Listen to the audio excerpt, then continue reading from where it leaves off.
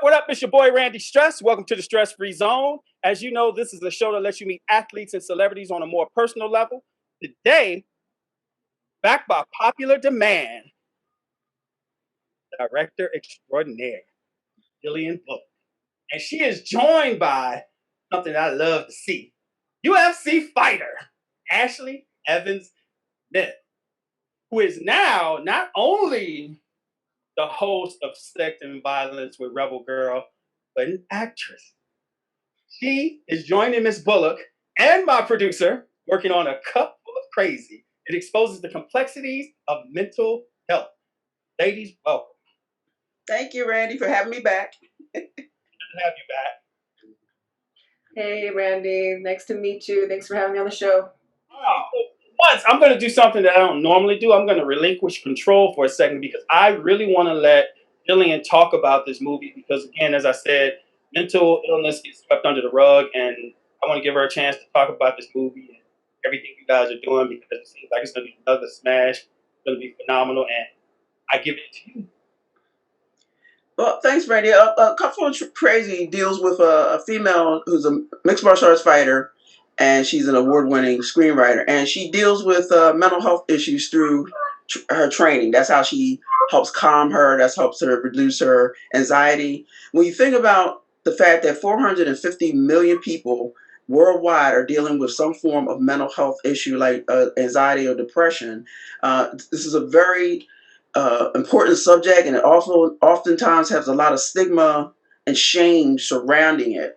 So this is why I wanted to do the movie, to let people know that it's okay to not be okay. It's okay to get help. It's okay to ask for help. It's okay to reach out.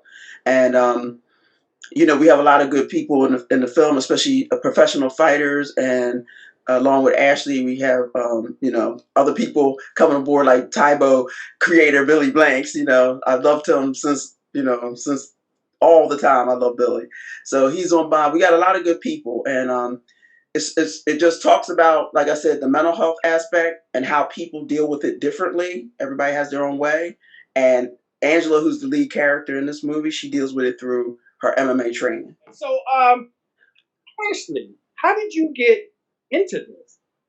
I believe that Jillian is friends with possibly a producer that I worked with in the past.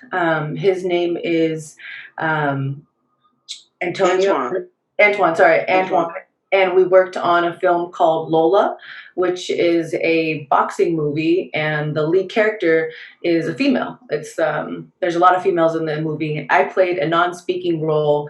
My first real, maybe my second time playing a non-speaking role. This will be my first time playing a speaking role with Jillian, so it's a big step up.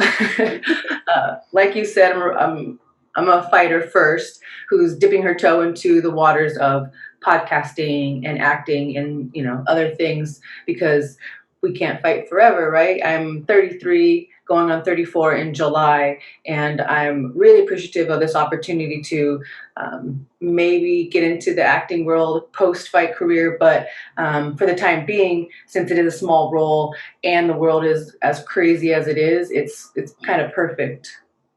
Okay. I like that. It is kind of dope though to have a segue once you get tired of fighting all the time, because you can only do it so long, and the longer it takes to heal. The heal, yeah, right. The heal part is what gets you, the healing.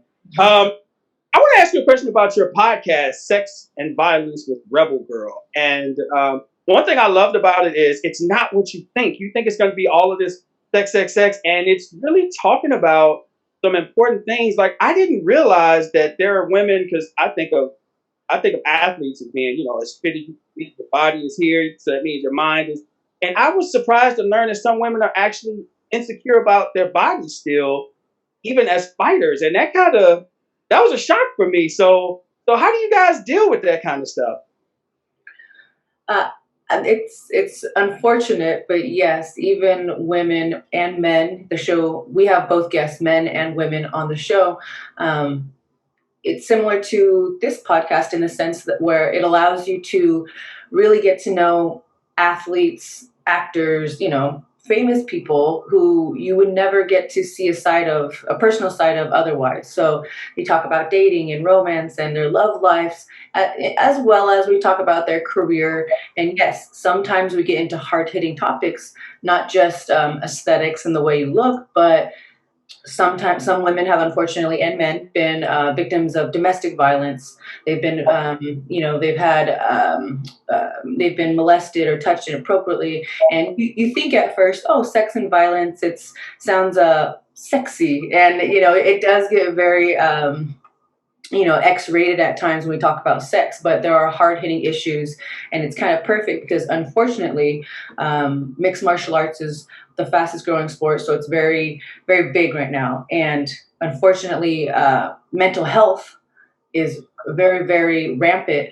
It was before, but 2020 and the pandemic, statistics of suicide and all these things that are caused from poor mental health and not taking care of it have skyrocketed. So to be able to kind of combine two or three things that I really love and really feel passionate about, fighting and sex and, embracing your sexuality, on top of there's this sprinkled aspect of letting someone open up and kind of show the world another side of them. It's skyrocketed, and we've only had 36 episodes. Okay. So it's safe to say that your podcast kind of helped you understand the character that you're going to play in this movie. Is that a safe assumption? Yeah, I mean, you could say that, but as soon as I read the script, I just felt like it was written, I'm like, did she know me before this? I'm like, this is a perfect role for me, because I'm like, I'm not really acting, I feel like this is my character. I feel like I can relate to this film on a level like maybe some other people can't, because of the mental health and the mixed martial arts. It's really perfect. I think what Jillian's doing by showcasing, mixed martial arts, women in mixed martial arts, and showcasing, putting a spotlight on mental health. It's so many things that deserve a spotlight all into one. Okay, so Jillian, figured I ask you, what made you choose her for this role? Well, like she said, Antoine actually suggested her. I've known Antoine for a while now, and I was telling him I was looking for a specific type of woman to play this role, and I wanted her to be a fighter, whether she was a boxer or MMA. I preferred MMA because they have to do jujitsu in the movie, so I didn't want to have to teach someone, because that takes longer. So Antoine suggested Ashley, and then we went from there, and I appreciate that because she turned out great. She's really cool, and I kind of, once I went and looked at her background and saw some information about her, I did kind of tweak the script for her so she could feel more comfortable. Because, even though it might feel like it's her, you still have to act. You still have to act with the other characters. And it's a big fight scene that we do in the gym. It gets out of control. So, we just have to make sure that it's only her and the woman that she's going after. They're the only true fighters. The other lady is a mixed martial art fighter for real too. The others are actors, so we have to be mindful of that. So, they don't know how to fall and all that, so we have to work with them. But Ashley's perfect. She's going up, like I said, in real life, another mixed martial arts fighter. So I think they're going to look great together. I just envision it all the time. We're going to storyboard it. It's going to be so cool. It's going to be cool. So and they're both badass. They're both badass women. That's why I chose the other female. Her name is Denise. She's a badass too. So you just want badass women. Oh yeah, that gives me a thought. Like, you're a competitor. So when you're doing the acting part, is it going to be difficult to kind of remind yourself, like, this is not a match, this is, acting? Because it seems like it would be easy to fall back into that because it's so natural. I think that's not going to be an issue. Definitely, you learn as a mixed martial artist right in the beginning that the sport is about respect and a lot of other things that really help you be a better fighter, but a more calm person, so you actually get into less fights. And you know, mixed martial arts is unfortunately viewed as a barbaric sport that should be, you know, hidden away in underground caves and you know, not marketed and seen on, you know, cable TV because it's too violent. But it saved my life. My own personal story in a nutshell is I was a bad kid. I was getting into trouble. Wrestling in a small town saved my life. I got a scholarship to go to college. From there, I got kind of found out and went into mixed martial arts and just had a life of travel and competition like I would have never seen before. And I know this to be true for tons of other fighters. So I am excited and overjoyed to. I know that the character is kind of a hothead, which is in my opinion like not my personality, but it is acting. So, like you said originally, I will be able to get into character, but not, you know, finish the move. Okay. So what are you doing to get yourself prepared for this role? Because I know you have to, especially stepping from fighting to acting, especially a speaking role. What are you doing to kind of get yourself? Good question. I mean, these are things that are all new to me, like I said. So, not to make myself seem extremely amateur, but I don't know. It's my first speaking role, so of course, you know, I'm going to be rehearsing like crazy. But I think the most important thing to just take into consideration is I'm new and I'm extremely moldable and malleable for Jillian. So I'm just, you know, I'm very good at taking direction. Obviously, I've had coaches coach me my entire life, and that's not to be cocky, but I'm like, I know that if I pursue this career further, that I will be very good at it. I've just been a firm believer that you can be a jack of all trades and a master of none, meaning I really got to focus on my fight career if I want to have like a lasting legacy, and then go into my film and acting career. Okay. I like that stuff. This like she sounds like a veteran. She's trying to pretend like she's new at that. She's new to the acting, but the MMA part, it'll help a lot because I don't have to train her. I don't have to train Denise. They already know what they're doing. We just have to choreograph the fight scenes so nobody gets hurt. And then the acting, we just, like you said, we'll do rehearsals and we'll get it down and we'll choreograph and have the storyboards for the fight scene. Like, again, I'm very big on safety on sets. So, you know, we'll work it out. Yeah. I know that kind of brings me to, well, first I'm going to ask you, what is it that you want people to get from this movie?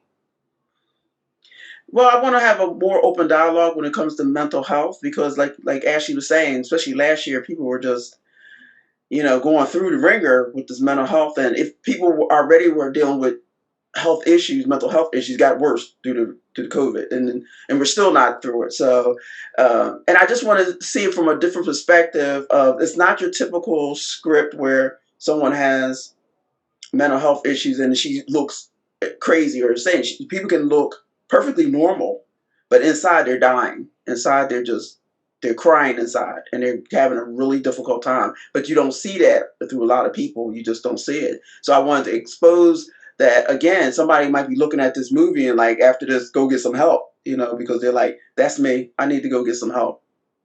That's definitely a good thing because it's easy to, like I said, just pretend. When I was going through my thing, nobody even knew it. You know, I was just fortunate enough to have a way out. And I'm going to ask this though because I'm thinking about what you said about you know the fight scenes and making sure no one gets hurt.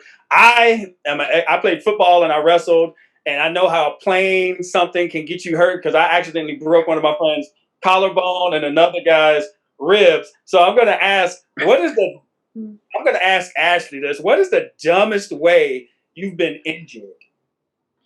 Oh, that's easy. It was a long time ago. It was back in 2013, I believe. I had won a championship at 145 pounds. I won a title, and I was extremely happy. And you know, you win a lot of money, you win the belt, and it was for a different organization before I got into the UFC. But it's still a belt, and you know that helps you get to the UFC. And I was just on cloud nine. It was a huge fight for me, and I went home and I threw a party in my little studio apartment. Too many people. We moved the furniture around, and someone said, "Oh, I need another drink," and so I said, "Oh, I'll get it." and I jumped over the couch, and I ended up tearing my MCL. And this was like the day after I fought. And so everyone was like, "Oh, you must have hurt your knee in the fight." And I was like, "Yes, exactly what happened." Yes, exactly. And so I knew that I had messed myself up on my own damn couch, but didn't want to tell anybody that. Hey, that's not bad. Not bad at all. And Julian, I think you told us once how you got hurt. Did you ever answer that question? How you got hurt? Well, we were wrestling. I told you I was up at the camp. The Rocks family has a camp in Allentown. I was wrestling at that time. And I was with, all the family. I was with Rikishi and all the whole family, Alpha and Sika from, WWE. All them guys are wrestlers. And then I was in the ring and I was getting the rock bottom done on me. And when you do the rock bottom, they pick you up by your shoulder and lift you up and you slam down. You're supposed to absorb the hit on the back of your shoulders by kicking your legs out straight. Well, I had a fear of falling backwards, so I kicked one leg out, one leg I didn't kick out, and I landed on the lower back and cracked a couple ribs. And I was in the ambulance. I think I told you I was in the ambulance with the mask on, and the ambulance got the paramedic was like, "Can you get me the Rock's autograph? Can you get me the Rock's autograph?" I'm like, "I can't breathe. I can't breathe." And he's asking me, "Can I get you the Rock's autograph?" All the wind out of your lungs. Like, "Can I get an autograph, by the way?" You'll be. Can I get the Rock's autograph? I'm like, man, and I couldn't say anything because the oxygen was on, but I was pissed.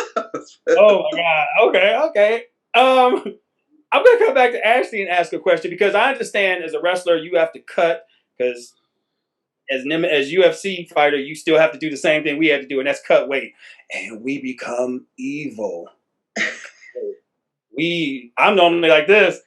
No, when I had to cut weight, so how do you deal with because you're doing it on a different level? How do you deal with all of the mood changes from cutting, and you have to still live at the same time? You still have to interact with people, and how? What do you do? Is there a woosah or something that you use to get you through it? My short little story was that I started wrestling in high school. So I've been cutting weight since I was 15 years old. I'm 33. I'm going to be 34 in July. That's half my life almost. And so it's something that's, it's just part of my life. It's routine. And it's not like I have learned to enjoy it. But when you do something so many times, even if it's something that you don't enjoy, it's going to come to an end. So it's kind of like almost a metaphor for life and having bad things happen to you, right? You can focus on how bad that situation is in the moment, or you can focus on eventually this is going to end. This too shall pass. I'm going to get through this. And it's a lot of mental preparation. Okay, all right. And in 3 weeks, I have to cut weight. 2 weeks. And that last week, as you know, is real hard. You cut into water weight. And that's when the emotional stuff kicks in, because no matter how much you prepare yourself, when you literally dehydrate your body and you take all your nutrients away, it takes a strong person mentally to not snap at your significant other or be grumpy to the grocery store woman or anything like that. So I would love to say that, oh, it's fine. I've got it down, but I've been doing it for half my life and it's still rough. And, you just gotta try and not project how you feel inside, because it eventually will end, if that makes sense. So it's safe to say that when you're dating, married, or whatever, you really need to make sure that person understands exactly what you go through to kind of be there for support, but know when to back off so they don't get cussed out. Is that a safe thing to say? Yeah, and probably the main reason I have dated mixed martial arts fighters throughout my life, because it's bittersweet at times to share something that you love so much and have so much passion for. It's really, really nice to have a similar passion, but sometimes when it's something that you really have to sacrifice for and you have to give a lot of yourself to, you end up sacrificing the relationship. And, then we could talk about my podcast, because that's a lot of what we talk about. What do you choose in your life to sacrifice? Because a lot of times in order to have a healthy relationship, you have to, whether it's your career or your friendships or, you know, deciding to pick and choose your battles because you know what, I love this person and being right isn't always the best thing. You know, what's that phrase? It's like you can be right or you can be happy. And you're like, oh, it's a hard one if you got a stubborn personality, you know? So my boyfriend, we've been together over a year. I love him so much. He's a jiu-jitsu black belt, but he's actually not competing in mixed martial arts at the moment. So it's perfect because we share this passion, but I can be a little selfish and he can really help me with my career at the moment, as opposed to if he was in the spotlight fighting and competing and cutting weight, it would be a lot of butting heads and clashing just because, you know, you got to sacrifice and it sometimes two people fighting, it just doesn't work out. Okay. And from your podcast, you know, seeing that, I went through some of your videos and photos because I enjoy trying to learn as much as I can about people. And you seem to have a good balance between girly, tomboy, goofy, playful, and serious. How do you keep that balance? Oh man, that's just how I am, you know, from growing up as a tomboy, but probably really embracing my sexuality after college. You know, my boyfriend now calls me his little ugly duckling, and it's funny because I know it's coming from a place of good, and he knows. But like, if someone was to hear that, they'd be like, "That's kind of mean." But you know, I definitely think that I was so focused on sports for so long, and then I realized like, oh, I kind of want to focus on my appearance, that I really did have like an ugly duckling syndrome where I kind of got a little bit more attractive later in life. And so I struggle with a lot of mental illness issues. And that's why I'm really excited to be in Jillian's movie, because look at me, I'm like the highest level of sports performance, but I still struggle with tons of, you know, image issues and, you know, just the plethora, you know, of mental health issues is so wide. You know, we won't get into it, but I'm really excited because, like you said, it's like I have all these different emotions, you know, like goofy but serious, and it's like we all do. We all have everything going on inside us, and it's all a matter of like how can we control that. And I guess I just been very lucky to hone in on you know which emotion to play with at a certain time, and it's really, as a host, reading your guest and helping them open up about a topic, and if they don't feel like it, then pulling back. And sometimes you got to joke around to get a laugh. That's the goofy side. You know, sometimes you got to be a shoulder to lean on and just be quiet because they want to talk and vent and share this very personal side of their life that we're grateful to get to hear. And yeah, so Okay. So we're down to 3 minutes. Now, I definitely want to ask this, though. Jillian, when will shooting begin? Okay, so we go into pre-production in May. So that's when people will come to Philadelphia at different times because of the COVID. We got to have different times. And then that's when we'll go through the rehearsals and the fight choreography stuff. So, and then we start shooting in June. So Okay. we're shooting for 15 days in Philadelphia. 15 days in Philly. Yeah. Now Philly back again. Sorry, I used to have a good time when I was out there. See. Spit. Normally in my show, the first question I ask is, what do you want people to know about you? And we went through everything but that. So I'm going to come back to you, Ashley, and ask, what is it that you want people to know about you? I still have 2 minutes left. Oh, it's such a loaded question, but because we've been talking so much about mental illness and things that are taboo to talk about, I think that I would love people to, you know, kind of get to know me and know that I, as a strong woman, as a representative of strong women in my sport and in women all over, you know, I just want to make sure people feel comfortable talking about everything that they have going on inside of them, you know, and even the phrase mental illness, people don't even want to say that because it has so much stigma. So at the end of this movie, and whenever someone is done kind of, you know, finding out about me, I would love for them to be like, wow, she really helped me conquer my fear of opening up and taking control of my life, and maybe they feel better getting a therapist and working on their issues. I think that would be something that I would really be happy about. Okay, well, I have less than a minute, so I have to shut down before I get yelled at. Again, I thank you both, Jillian, Ashley. I thank you both for coming in. I look forward to this movie. I wish you both so much success in this. For my people out here who watch the show, remember, as I always say, be stress free. Live, love, laugh. Live for the moment. Love those who are there for you. Laugh and have fun. Life is too short. Love yourself. You guys have a good one. This is Stress Free Zone. Your boy Randy Stress, and we are out. Thanks, ladies. Thank you so Hey, much. Randy. Bye, guys.